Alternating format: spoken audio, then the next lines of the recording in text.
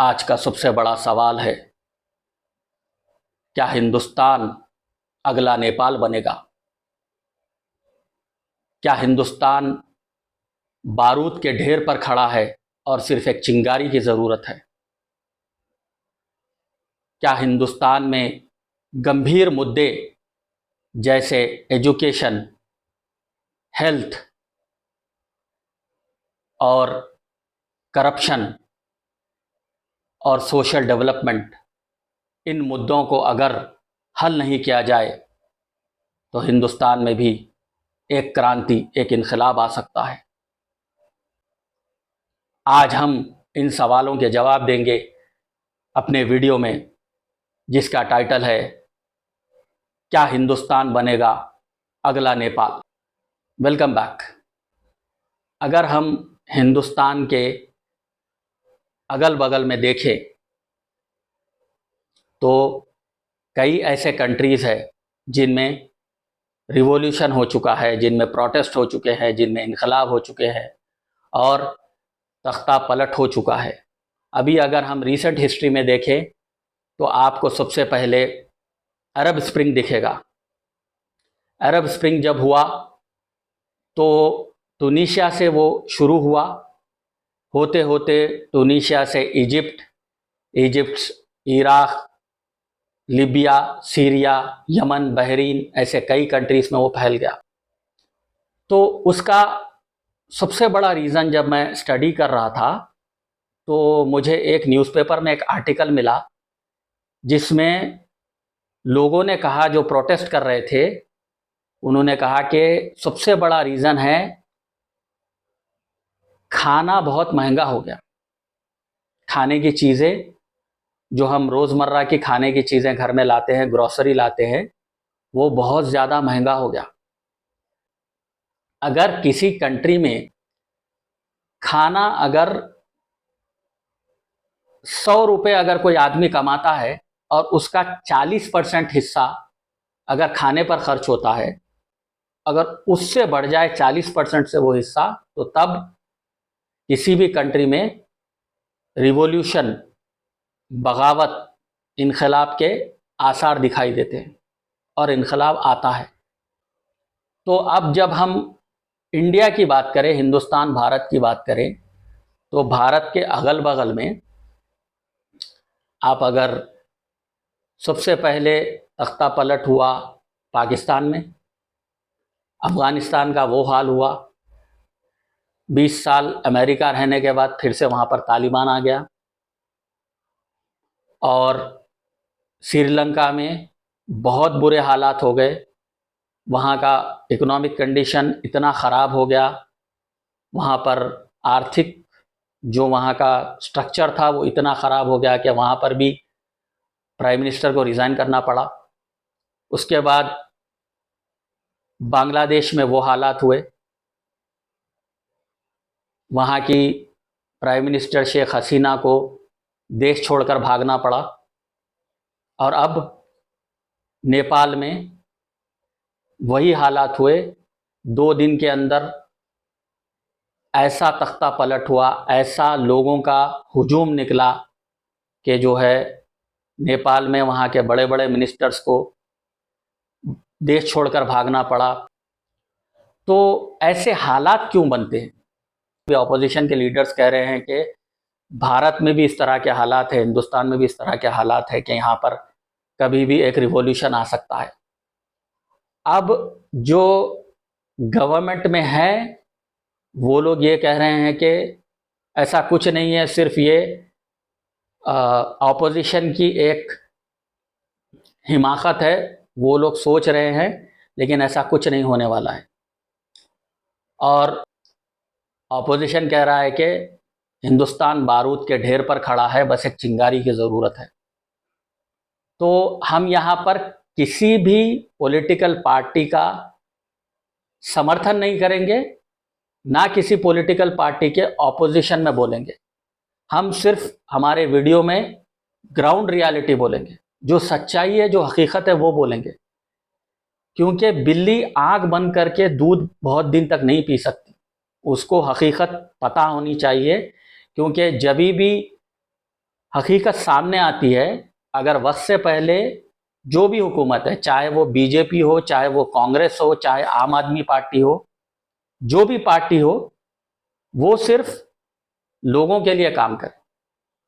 हमारा मैसेज ये है कि जो भी अभी सेंटर में अगर बीजेपी की हुकूमत है, कोई स्टेट्स में कांग्रेस की हुकूमत है, अलग अलग राज्यों में अलग अलग पार्टियों की हुकूमत है, सबको अभी सचेत हो जाना चाहिए। ये एक टर्निंग पॉइंट है। अगर वो लोग अहम मुद्दों पर काम नहीं करेंगे तो आने वाले दिनों में हिंदुस्तान में भी रिवॉल्यूशन आ सकता है। ये कई एक्सपर्ट्स कह रहे हैं कि ये तूफान से पहले की खामोशी है, क्योंकि हम यही चाहते हैं कि किसी भी कंट्री में गवर्नमेंट इलेक्ट हो। आज नेपाल में जो हुआ, वहाँ के लोग वहाँ की हुकूमत से, वहाँ के राजनीतिक नेताओं से बहुत ज़्यादा बेजार थे, इसीलिए उन्होंने तख्ता पलट कर दिया। तो वैसी चीज़ हिंदुस्तान में नहीं होना बेहतर है, लेकिन आसार इस तरह दिखाई दे रहे हैं। अब सबसे पहले ये बात करते हैं कि इंडिया में क्या चीज़ों की वजह से एक रिवॉल्यूशन, क्रांति और इनकलाब आ सकता है। सबसे पहली चीज़ है महंगाई। हिंदुस्तान में महंगाई की दर, इन्फ्लेशन बहुत ख़तरनाक तरीके से बढ़ा है। सारी दुनिया में कोरोना के बाद महंगाई बहुत ज़्यादा बढ़ी है, लेकिन हिंदुस्तान में जिस तरह से महंगाई बढ़ी है, पहले एक मूवी आई थी, आमदनी अठन्नी खर्चा रुपया, लेकिन आज ऐसा दौर है, आमदनी 1 पैसा और खर्चा रुपया है। सिर्फ 2007 से अगर हम महंगाई के फिगर्स अगर कंपेयर करें, तो आप इस बात पे गौर कीजिए कि 2007 में मेरे को पहली बार जॉब मिला, उसमें मेरी सैलरी थी 10,000 रुपये। आज अगर कोई बंदा किसी बीपीओ में, किसी आईटी कंपनी में, किसी कॉल सेंटर में एज ए फ्रेशर ज्वाइन करता है, तो उसकी सैलरी होगी 20,000 रुपये। तो आमदनी जो है 2 गुना बढ़ी। मैं स्पेशलाइज्ड डिग्रीज की बात नहीं कर रहा हूँ, एक आम इंसान का कंपैरिजन दे रहा हूँ। आमदनी 2 गुना बढ़ी। अब हम खाने की मिसाल लेंगे। 5,000 रुपये में 5 लोगों की फैमिली आराम से खाती थी। साउथ इंडिया में लोग ज़्यादातर चावल खाते हैं। 16 रुपये किलो चावल था, आज 60 रुपये किलो चावल है। तो इनकम 2 गुना बढ़ी, खाने का रेट 4 गुना बढ़ गया। 5,000 रुपये में 5 लोगों की फैमिली जो चलती थी, आज कम से कम उनके खाने का खर्चा 20,000 रुपये महीना है। उसके बाद घर का रेंट, उस ज़माने में 2007 में एक 2 BHK घर का rent, 2 bedroom, hall, kitchen, drawing room के साथ 2,500 रुपये था। आज उसी तरह का घर अच्छे सिटी में 15,000 रुपये में। इनकम 2 गुना बढ़ी और खाना 4 गुना बढ़ा, रेंट 6 गुना बढ़ गया, किराया घर का 6 गुना बढ़ गया। उसके बाद सबसे बड़ी चीज़ एजुकेशन। 2007 में एक अच्छे स्कूल में महीना 500 रुपये फीस थी। आज अगर महीने का कैलकुलेशन करेंगे तो महीना 3,000 रुपये कम से कम चाहिए। साल के 30,000 रुपये, 35,000 रुपये चाहिए बच्चों को स्कूल में पढ़ाने के लिए। अच्छे स्कूल में अगर पढ़ाओगे तो 50,000 रुपये चाहिए। तो इस तरह से एजुकेशन, पढ़ाई 8 से 10 गुना बढ़ गई। तो ऐसे हालात में एक आम आदमी किस तरह से अपना घर चलाए, किस तरह से अपने परिवार को सुखी रखे, क्योंकि इनकम सिर्फ 2 गुना बढ़ी और खर्चे 4, 6, 8, 10 गुना बढ़ गए। तो ये महंगाई को, गवर्नमेंट को कंट्रोल करना बहुत ज़रूरी है। अगर ये कंट्रोल नहीं होगा, ये एक किस्म का बारूद का गोला है जो कभी भी फट सकता है। आप अगर अपने घर से निकलो, रोड पे अगर जाओ, तो आप महसूस करोगे, गौर से देखो, इंडिया में बड़े बड़े सिटीज़ में चारों तरफ लोगों के चेहरों पे गरीबी का मातम है। चारों तरफ गरीबी फैली है। सिग्नल पर 20-20 लोग भीख मांग रहे हैं, चेहरों से लग रहा है कि कई दिन से भूखे हैं। तो हिंदुस्तान आज़ाद होके 80 साल हो गया और हम अपने लोगों को पेट भर के खिला नहीं पा रहे हैं। ये हमारे लिए एक शर्म की बात है।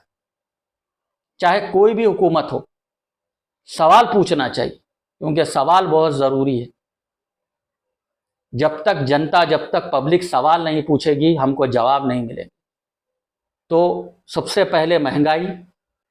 अब्रॉड के जो कंट्रीज में रहते हैं वो लोग, आज से 50 साल पहले वो लोग साल में एक घर बना सकते थे इंडिया में। 20 साल पहले 10 साल में, 20 साल में एक घर बना सकते थे। लेकिन आज के दौर में वो सिर्फ घर चला सकते हैं, क्योंकि अगर बाहर वो लोग 2 लाख रुपए भी कमाएंगे, 1.5 लाख वहाँ का खर्चा होगा, 50,000 यहाँ का खर्चा होगा, उनके पास भी कुछ नहीं बच रहा। लेकिन फिर भी वो लोगों की ज़िंदगी इंडिया के लोगों की ज़िंदगी से बेहतर है, क्योंकि इंडिया की ज़्यादातर पॉपुलेशन, ज़्यादातर लोग माइनस में, नेगेटिव में जा रहे हैं, लोगों से कर्ज लेके जी रहे हैं। एक हद तक वो सब चीज़ें चलेगी, उसके आगे नहीं चल पाएंगी। तो हुकूमत को चाहिए, गवर्नमेंट को चाहिए, सरकारों को चाहिए, चाहे वो किसी भी पार्टी की हो, महंगाई को सबसे पहले कंट्रोल करे। दूसरी चीज़ है, अमेरिका, कनाडा जैसे कंट्रीज़ में एजुकेशन फ्री है। इंग्लिश कंट्रीज़ में एजुकेशन फ्री है। हिंदुस्तान में अगर आप गवर्नमेंट स्कूल में बच्चे को पढ़ाओगे, उससे बेहतर है घर में पढ़ा लो, क्योंकि एजुकेशन का सिस्टम सही नहीं है। तो गवर्नमेंट को चाहिए कि बेसिक एजुकेशन, पढ़ाई जो है वो फ्री होनी चाहिए हर किसी के लिए, हर किसी के लिए फ्री होनी चाहिए। राइट टू हेल्थ केयर, हर एक की सेहत के लिए आप हेल्थ कार्ड बनाइए। यहाँ पे भी स्कीम्स है आरोग्यश्री की तरह, बट वो स्कीम्स लागू बराबर नहीं होते। नेपाल से हमको ये सीखना है कि स्नेपो किड्स, यानी बड़े बड़े मिनिस्टर्स के बच्चे यूके, यूएस, कनाडा, बड़ी बड़ी जगहों पे जाके पढ़ रहे हैं, और आम लोगों के बच्चे सरकारी स्कूल में भी पढ़ने से वंचित है। उन्हें वहाँ पर भी पढ़ाई नहीं मिल रही बराबर, उनके लिए स्कूल्स नहीं है, उनके लिए हॉस्पिटल्स नहीं है। तो जब ये आग दिल में दहकेगी तो वो बहुत बड़ा इनकलाब लेकर आएगी। आज हिंदुस्तान का भी हाल वही है। बड़े बड़े मिनिस्टर्स के बच्चे विदेशों में पढ़ रहे हैं, और नॉर्मल लोगों के बच्चों को प्राइवेट स्कूल्स में एक्सेस ऑफ एजुकेशन नहीं है, महंगाई की वजह से। 50-50 हज़ार रुपये महीना कमाने के बाद भी वो लोग अपने बच्चों को अच्छे स्कूल में पढ़ा नहीं सक रहे, इतनी महंगाई है। तो एक तो महंगाई है, एक तो हेल्थ केयर है, एक तो एजुकेशन है, और करप्शन। एक मेरे कोई जान पहचान में बहुत पहले म्यूनिसिपल कॉरपोरेशन में ऑफिसर थे। मैंने उनसे एक बार एक सवाल पूछा था कि हिंदुस्तान के, इंडिया के रोडों का ये हाल क्यों है। टोलवेज तो अच्छे बन गए क्योंकि उनके ठेकेदार तो टोल से पैसा कमाते हैं, वो हाईवेज अमेरिका, कनाडा के लेवल पे बन गए। लेकिन आम लोगों के जो रोड्स है, जो सिटीज़ में रोड्स है, वो गड्ढे है। तो उन्होंने कहा कि इसका सबसे बड़ा रीज़न जो है, 100 रुपये अगर वहाँ से निकलते हैं तो 7 रुपये रोड पे पहुँचते हैं। 7%, 93% बीच में हज़म हो जाते, जिसकी वजह से अच्छा सीमेंट, अच्छा कंक्रीट, अच्छी रोडें नहीं बना सकते, वो एक ही बारिश में ख़राब हो जाती। इंफ्रास्ट्रक्चर भी हिंदुस्तान में अच्छा होना चाहिए। तो जो भी पार्टी आए, बस वो लोग लोगों के अहम मुद्दों को लेकर इनको सुलझाने की कोशिश करे। लोगों में ये जागरूकता आनी चाहिए कि हमको ऐसा लीडर चाहिए जो इस देश को अच्छे से चलाए, जो काम करके दिखाए।